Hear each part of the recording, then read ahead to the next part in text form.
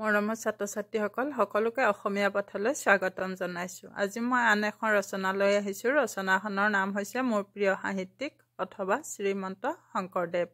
এই ৰচনাখন নৱম মানৰ পৰা দ্বাদশ শ্ৰেণীৰ ছাত্ৰ-ছাত্ৰীসকলৰ বাবে আগবঢ়াইছোঁ। ৰচনাৰ আৰম্ভণি। সাহিত্য হৈছে এটা জাতিৰ সমাজৰ দাপোন। এটা জাতিৰ সাহিত্যতে সেই জাতিৰ সমাজ, সংস্কৃতি আৰু সভ্যতা প্ৰতিফলিত হয়। সাহিত্য অবিহনে জাতি এটাৰ সংস্কৃতি আধৰুৱা হৈ থাকে। নিজৰ মেধা আৰু সাধনাৰ বলত এজন সাহিত্যিকে এটা জাতিক বিশ্বত প্ৰতিষ্ঠিত কৰে। অসমৰ সকলো জাতি উপজাতি আৰু বিভিন্ন ধৰ্মৰ লোকৰ মনৰ পৰা সকলো ধৰণৰ ভেদাভেদ আঁতৰাই এক জাতি এক প্ৰাণৰূপে অসমীয়া জাতিক গঢ় দিবলৈ যত্ন কৰা শ্ৰীমন্ত শংকৰদেৱ হৈছে মোৰ প্ৰিয় সাহিত্যিক। শ্ৰী শ্ৰী শংকৰদেৱৰ সাহিত্যই সম্পূৰ্ণ এটা যুগক প্ৰতিনিধিত্ব কৰে। তেওঁক বাদ দিলে অসমীয়া সাহিত্য সংস্কৃতি আধৰুৱা হৈ ৰ'ব। জন্ম আৰু শিক্ষা। শ্ৰী শংকৰদেৱৰ জন্মস্থান সম্পৰ্কে মতভেদ আছে যদিও 1449 চনৰ আহিন মাহত নগাঁও জিলাৰ বৰদোৱাৰ ওচৰৰ আলিপুখুৰী গাঁৱত বুলি জনা যায়। তেখেতৰ পিতৃৰ নাম আছিল কুসুম্বৰ শিৰোমণি ভূঞা আৰু মাতৃৰ নাম সত্যসন্ধা। কোৱা হয় তেওঁ শিৱৰ কৃপাত জন্ম লাভ কৰিছিল, সেইকাৰণে তেওঁলোকৰ সন্তানটিৰ নাম শংকৰ ৰখা হৈছিল। শংকৰদেৱক গণনা কৰি দিয়া নাম হ'ল গংগাধৰ। শংকৰদেৱৰ প্ৰায় 7 বছৰ বয়সতে সৰু আই ৰোগত আক্ৰান্ত হৈ দেউতাকৰ মৃত্যু হয়। কথাগুৰুচৰিত মতে সত্যসন্ধা আই স্বামী কুসুম্বৰৰ সৈতে সতীদাহ হৈ অনুগামী হৈছিল। সৰু হৈ থাকোঁতে পিতৃ মাতৃৰ বিয়োগ ঘটাত বুঢ়ীমাক খেৰসূতীয়ে তেওঁক লালন পালন কৰে। সৰুতে তেওঁৰ পঢ়াৰ প্ৰতি বিশেষ ধাউতি নাছিল। সমনীয়া শিশুসকলৰ সৈতে ধেমালি কৰি কাল কটাওঁতে শংকৰদেৱৰ শৈশৱ পাৰ হৈছিল। পিছত খেল-ধেমালিতে কাল কটোৱা শংকৰক 12 বছৰ বয়সত বুঢ়ীমাকে মহেন্দ্ৰ কন্দলী নামে অধ্যাপক এজনৰ টোলত নাম লগাই দিয়ে। বিদ্যা শিক্ষাত মনোযোগ দিয়া আৰম্ভ কৰাৰ পাছতে শংকৰে অ আ ক খ শিকিয়েই ভগৱান কৃষ্ণৰ ভক্তি বিষয়ক কবিতা কৰতল কমল ৰচনা কৰি সকলোকে অভিভূত কৰে। টোলত থাকোঁতে তেওঁ প্ৰথমটো অনুবাদ কবিতা হৰিচন্দ্ৰ উপাখ্যান লিখি উলিয়ায়। তেওঁ এজন ধীৰ স্থিৰ গুণীজ্ঞানী ব্যক্তি হৈ সকলোতে বিদগ্ধ পণ্ডিত হৈ পৰে। প্ৰায় 17 বছৰ বয়সত শংকৰদেৱ গুৰুগৃহৰ পৰা ঘৰলৈ উভতি আহে। হৰিবৰগিৰি ভূঞাৰ সূৰ্যৱতী নামৰ কন্যাৰ সৈতে শংকৰদেৱৰ বিয়া পাতি দিয়ে। বিবাহৰ 3 বছৰ পাছত ভাৰ্যা সূৰ্যৱতীৰ গৰ্ভত শংকৰদেৱৰ এটি কন্যা সন্তানৰ জন্ম হয়। কন্যাটিৰ নাম থলে মনু। দুৰ্ভাগ্যবশতঃ মনুৰ 9 মাহ হওঁতেই সূৰ্যৱতীৰ মৃত্যু হয়। তীৰ্থভ্ৰমণ। সংসাৰৰ প্ৰতি বিৰাগ জন্মাত 12 জন সংগীৰে সৈতে পশ্চিম দিশলৈ তীৰ্থভ্ৰমণলৈ যায়। এই তীৰ্থযাত্ৰাৰ সময়তে বদৰিকাশ্ৰমত শংকৰদেৱে তেওঁৰ জীৱনৰ প্ৰথমটো বৰগীত মন মেৰি ৰাম চৰণেহি লাগু শীৰ্ষক গীতটি ৰচনা কৰে। শংকৰদেৱ বেলগুৰিত থাকোঁতে অসমৰ আন এজনা মহাপুৰুষ মাধৱদেৱে শংকৰদেৱক লগ পায়। মাধৱদেৱ আছিল শাক্তধৰ্মী। শংকৰ মাধৱৰ এই মহামিলনক মণিকাঞ্চন সংযোগ বোলা হয়। কৰ্মজীৱন। শিক্ষা সমাপ্ত কৰি গুৰুগৃহৰ পৰা ঘৰলৈ ঘূৰাৰ পাছত শংকৰদেৱৰ ওপৰত সংসাৰৰ গুৰু দায়িত্ব কিছুমান পৰিবলৈ ধৰে। ভাৰতৰ ধৰ্মীয় নৱজাগৰণৰ সময়তে ভাৰতৰ উত্তৰ পূব প্ৰান্তত শংকৰদেৱে ধৰ্মমত প্ৰচাৰ কৰিছিল। তাৰ আগছোৱাত তেওঁ বিভিন্ন তীৰ্থস্থান পৰিদৰ্শন কৰি নানা শাস্ত্ৰ অধ্যয়ন কৰিছিল আৰু অনেক বিশিষ্ট লোকক সাক্ষাৎ কৰিছিল।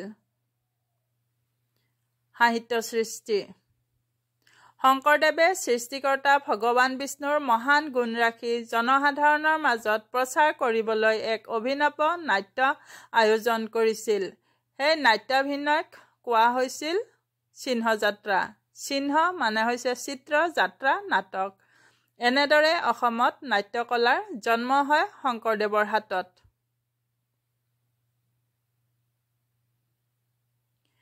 কেৱল সপ্তবৈকুণ্ঠৰ চিত্ৰ পটত আঁকি ঘোষা ভটিমাৰে নৃত্যগীতৰ দ্বাৰা এই নাট্যাভিনয় কৰা হৈছিল। শংকৰদেৱে নিজেও ইয়াত অভিনয় কৰিছিল। সেই সময়ত সকলো শাস্ত্ৰৰ সংস্কৃত ভাষাত থকাৰ কাৰণে সাধাৰণ মানুহে তাক পঢ়ি জ্ঞান অৰ্জন কৰিব নোৱাৰিছিল। সেই অসুবিধা দূৰ কৰি সৰ্বসাধাৰণে বুজিব পৰাকৈ তেওঁ বহু সংস্কৃত গ্ৰন্থ অসমীয়ালৈ অনুবাদ কৰাৰ লগতে তাৰ সাৰ সংগ্ৰহ কৰিও বহু অসমীয়া গ্ৰন্থ ৰচনা কৰে। জনসাধাৰণক জ্ঞান আৰু আনন্দ প্ৰদানৰ চলেৰে ধৰ্ম প্ৰচাৰ কৰা আছিল তেওঁৰ ৰচনাৰ মূল অৰ্থ। সেইবাবে তেওঁ সাধাৰণ অসমীয়া ভাষাত গীত পদ নাট ৰচনা নকৰি ব্ৰজাৱলী নামৰ ভাষাত ৰচনা কৰিছিল। কাৰণ এই ভাষাই সাধাৰণ মানুহৰ মাজত কৃষ্ণ ভক্তিৰ প্ৰতি মন আকৃষ্ট কৰাত সহায় কৰিছিল। অংকীয়া নাট হৈছে ভগৱান কৃষ্ণৰ প্ৰতি ভক্তি প্ৰদৰ্শনেৰে এক অনুপম সৃষ্টি। মুখা শিল্প হৈছে অসমৰ এক বিশেষ মুখা নিৰ্মাণ শিল্পকলা। অসমত মুখা শিল্পৰ পৰম্পৰা শ্ৰীমন্ত শংকৰদেৱৰ দান। মুখাবোৰ অংকীয়া নাট, ভাওনা, ৰাসোৎসৱ আৰু অন্যান্য উৎসৱৰ এক অপৰিহাৰ্য অংগ। গুণমালা হৈছে 1552 চনত কোচ ৰজা নৰনাৰায়ণৰ অনুৰোধত শংকৰদেৱে এৰাতিৰ ভিতৰত ৰচনা কৰা শাস্ত্ৰ। মহাপুৰুষ শ্ৰীমন্ত শংকৰদেৱে নিজ জীৱনৰ অন্তিম সময়লৈকে ধৰ্ম প্ৰচাৰ কাৰ্য চলাই আছিল। মৃত্যুৰ সময়ত তেওঁ মহাৰাজ নৰনাৰায়ণৰ ৰাজ আতিথ্যত কোচবিহাৰত আছিল।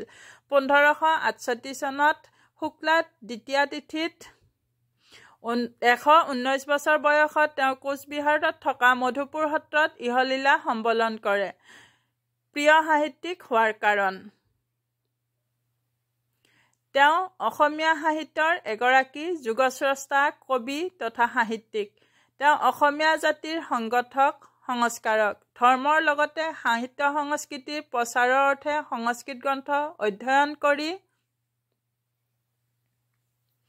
তাৰ পৰা তত্ত্বকথা আয়ত্ত কৰি গীত পদ নাট উপাখ্যান আদি ৰচনা কৰিছিল। এইদৰে তেওঁ অসমীয়া সাহিত্যৰ ভঁৰাল চহকী কৰি থৈ যায়। শংকৰদেৱৰ সাহিত্যিক জীৱনৰ কীৰ্তিস্তম্ভ আছিল কীৰ্তনঘোষা। ইয়াৰ উপৰিও ভাগৱতৰ কেইবাটাও স্কন্ধ, উত্তৰাখণ্ডৰ ৰামায়ণ তেওঁৰ অসমীয়ালৈ অনুবাদ কৰে। ৰুক্মিণী হৰণ, হৰিচন্দ্ৰ উপাখ্যান আদিৰ কাব্য ৰচনা কৰাৰ লগতে বৰগীতো ৰচনা কৰিছিল।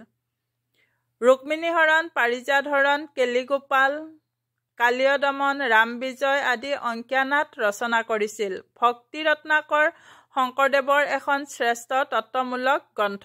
সংলাপবিহীন নাট চিহ্নযাত্ৰাৰে শংকৰদেৱে অসমীয়া নাট বুৰঞ্জীৰ পাতনি মেলিছিল। সেয়ে শংকৰদেৱ মোৰ প্ৰিয় সাহিত্যিক।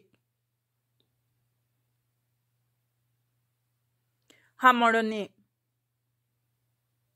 শ্ৰীমন্ত শংকৰদেৱ একেধাৰে কবি, গীতিকাৰ, নাট্যকাৰ, অভিনেতা, ধৰ্মপ্ৰচাৰক আৰু সমাজ সংস্কাৰক। এই জনা গুৰুক বাদ দিলে অসমীয়া জাতি অসম্পূৰ্ণ হৈ ৰ'ব। তেখেতে দেখুওৱা পথ অনুসৰণ কৰিয়েই অসমীয়া জাতিয়ে এদিন বিশ্ব দৰবাৰত